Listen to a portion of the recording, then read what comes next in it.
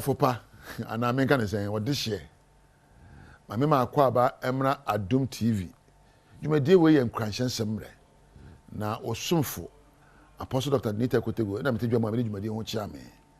Ma me na ase se wanya mre na me no beto na montuo we. Enne so wo hihye won hyebre shaping your destiny. That's the ultimate goal of life. Baba ye boy nya ye bia no e hihye a wo hihye ama won krabia na wo hyebre. Onipa bia adechim bia no wo twere enkrata wo tintim wonam ne yeso no kasa so editintim wo hyebre awieye ene on krabia se be si akono se mpo se wo pesika se wo ye adwuma wo Adom se wo ye adwuma wo bank se wo ye posini e nkrabia na ahyehyɛ na nkrabia nyina so onye sika abenya nkrabia nyina so enye dan abesie nkrabia nyina so enye wo ba abewa ano ene mpo ema obewo won krabia eye nneoma a osusum be kenya wo na wayo na eja ensempa ene ne yepa ene mpo bibi eto enchirima abrabo so ene efe no nkrabia ohono won kra wo kra ebia ento kra no ade a isa wo kra no edimu na woyo na edukodum pempenso bia dan kwa ma se woni ho a ye be ka wo ede sedie na osebo aka woni eje efe no se won kra ebia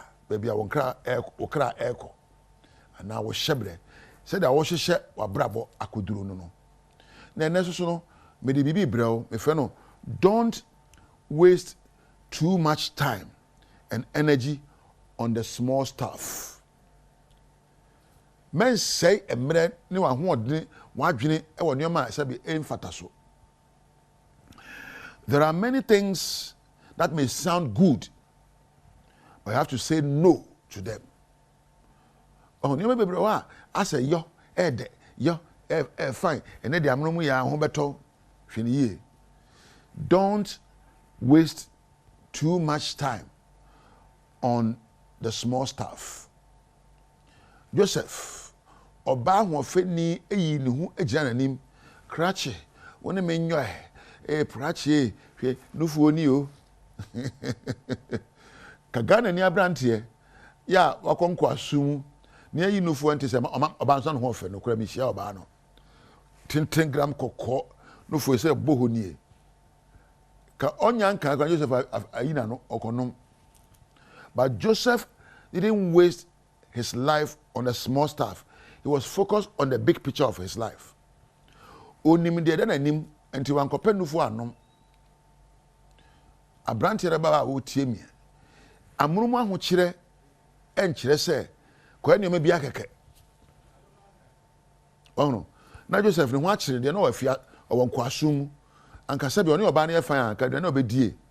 Anka kyese but wanhwe amurumu ahoto ne anigye ohwe dan kwa ma de nani tua nya ne hyebre eko ena obo ne nkrabia ho ban anyo ne so oyo amurumu anigye to bia wo fa kwantia na ne musua ma empani se wo fiti frɛ kopɛ etu osia moja na eba ti gya se wo de amurumu ana wo pa anigye na wo ye ne hwɛ obi wo se me ne nye me kopensa eya amurumu anigye no obi wo se me ne nye me nya bo ebi a amurumu anigye obi ana ne nye okopa girl bi saa boy ne girl na akofa no ensem wa akire wote ase sansa na wonom no amurumu anigye na ensem wa akire. In every life decision you make, your decisions come with consequences. To sue bi abetusu na montuo bi abetu no ede ehu ennyoma ebrew na bisa won say na meye se akatua no ba metimi asomu ana aso akatua no beboa me dan kwa ma iye de oh hyebre we edaba bie na wo pre ape na amurumu no nneoma bi besisi wa kwan so wa hwe ne yi a ebi abaguro ebi ese obenwenwi afate modne afa pesem nkonya kwan afa kwantia so akope bibie na esi wa kwan eno ne sebe eduboni a wonumi eye kwantia so ne je na wo pe nya botre wate. And don't waste your energy. Onyame ma wadwen ma hodene e ma tumi ni mre se fa hihye wabrabo awie de pa em kopanioma ya amrumu anigye emfo anigye be ma ware wa hia ga bia mo manage o ma me twa me ho kakra e ko ba so bonsam na kire wo bonsam o gina hefa bonsam ne wa adwene a wo dwene wo nyame ne bonsam onte ba bia ene adwene a wo dwene. Every day you be faced with challenges that are both bad in nature. You face with changes and obstacles and setbacks. There's no sense in worrying about them. Just ask yourself, what do I need to forgo? And what do I need to learn? You will never say, maybe a TV show or the Adom TV there at a mum. But if you are a debut a swinging for so, now I sell 1 or 2 hours, now they've had the chrono. Me was 1 or 2 hours, but to be a share BB or internet no so. Oh no, Nyoma Sabi and Sam Fata, a mumma and Nijana Hotono, Yana was soon in Yorkakra. And Nyoma Sabi and Sam Fata, Ya Mumu and Mao and Nijana Hotoswano, Yana was Susukakra. Maybe I only be ya dear, Mayanade, me prano, me cabia channel, me fan channel, a Yamumu and Namo and Nijia. Now, a baby Asiano, this is on one pet. This year, Sasuban way, papa. There are situations that you cannot control in your life. And number 2, I want to me ain't so. But Modia Nejaho Nakunchi Nebisa won't say, I can't dare ben a me here. Suban ben a me here. And send ben a me here, aka. Afas Adiano, na mabwa atra. And Yinamun su, and Yinamun Mosubo, Nandam Kwamba, said that Tibia Braba Ebui. So, person, your dini. So a person abrabo dimono. I consider the obeshiabi. Beshia da ya wo. Beshia da mu odene. Beshia hwase. Beshia nkuguo. Na weshia mpo sinto ene mre yo mre. E kan brabo ho. Amase twedwa asu. E ba se obehia osopo modene.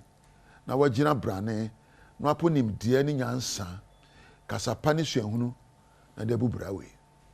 Abusua ababanya mresa o woni edi kan wanya yidempa no wan huri prekope ankodu ho sempo woni Joseph na tie na ahwe kwan ofa aso akoye odini ebe o mama e wo Misraim a na menya ya nka be Joseph ka wa ye krado so be fa baby ofa ya no na no mi sha brante bi o se ni menya nka be se o mi se hwe me ko ho woni mbra ni pa bra ka o nka se menya nka o te se me so pese o ye se me a bisan se nyoma me yo ya meduru be meduru no ye de ma betimi ayo manfa kwantia me di nidie e mampani me pemre esuan de na me twekura da bia me suan de me di ahobrase e ma me ho na me sunda e pa ma me da achi na me twana muntuo e pa me da so akire na mpo me ka kire me ho se me pese me yeye e buru me nuanom nyina so na dankwa mamaji dini adabusuan mu na no na yemfo ni ametwa gu mani so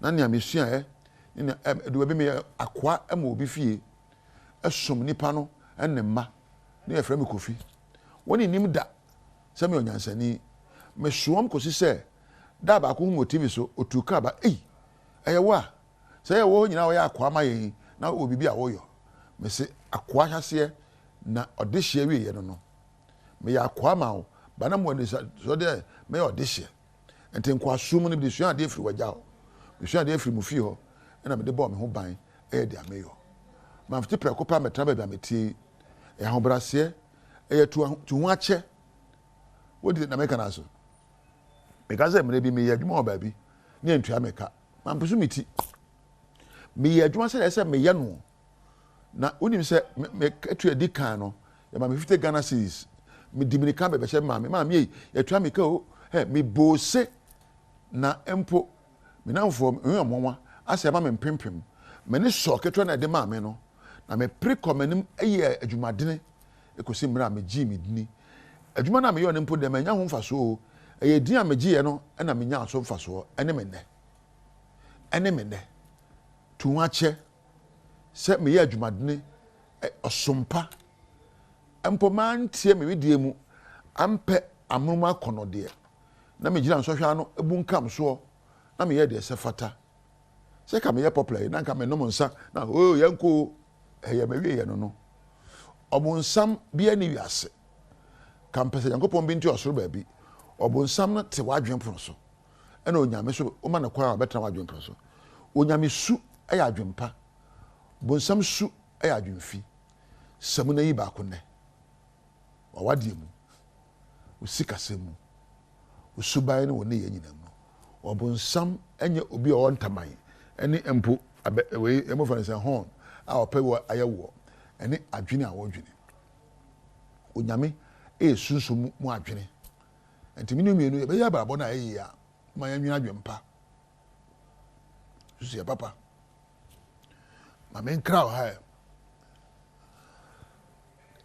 na menna wase sɛ wanya mmara hwɛ meɛ moma menna nanahema asanto ase ɛna agya wɛkampɛdu ase ɛwɔ production room na menna Frank ɛna Prince ne Christopher ase wa wonya mmara hwɛ me deɛ wo no nyame ɛntena